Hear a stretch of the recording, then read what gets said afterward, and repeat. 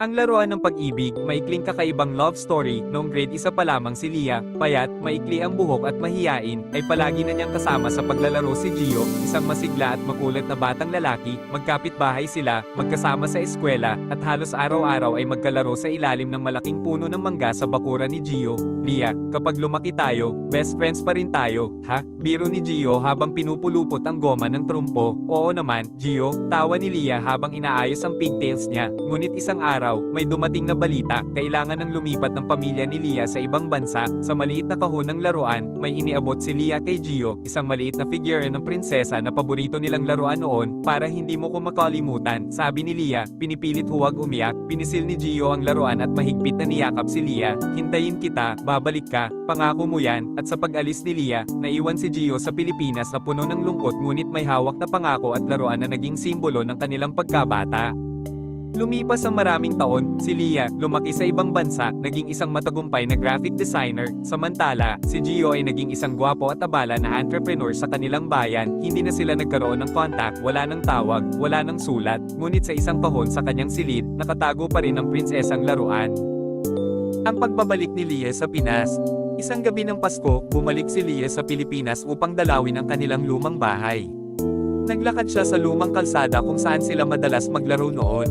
Nagkataon, may isang Christmas bazaar sa plaza, at doon nagkita ang mga mata nila, pero hindi nila agad nakilala ang isa't isa. Si Gio, ngayon ay matangkad, makisig, nakasuot ng polo at abala sa pag-aasikaso ng food stall. Si Lia, ngayon ay napakaganda na, mahaba ang buhok at napaka-elegante. Nagugutom ka po ba, miss? Tanong ni Gio na may ngiti, hindi alam na siya pala ang kanyang kababata. Ngumiti si Lia at order ng inihaw na mais, habang tinatitigan ang mga mata ng binata na parang pamilyar. Ang bait mo sa customer, ha, pabirong sabi ni Lia. Trabaho ko ito sagot ni Gio sabay tawa, pero may kakaibang kuryente sa kanilang titigan.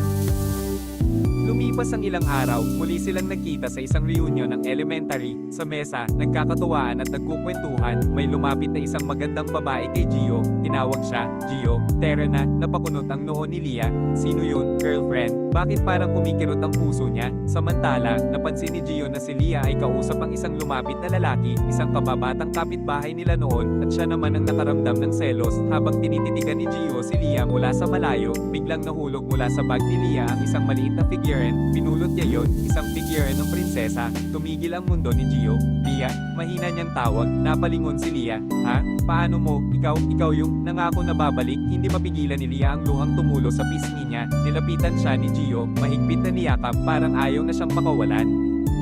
At doon nila naalala ang lahat, ang puno ng mangga, ang laruan, ang pangako, hindi nila alam kung paano nagsimula ang tibok ng puso na iyon, pero ramdam nilang muling nagtagpo ang tadhana. Simula noon, mas madalas na silang magkasama, may konting tampuhan kapag may lalapit na ibang tao, konting selosan na may kasamang asaran, pero sa huli, napagtanto nilang, hindi lang tayo magkaibigan noon, siguro, simula pa lang, ikaw na talaga ang para sa akin, bulong ni Gio, at ikaw lang ang hinihintay ko, sagot ni Lia na may ngiting hindi maipaliwanag.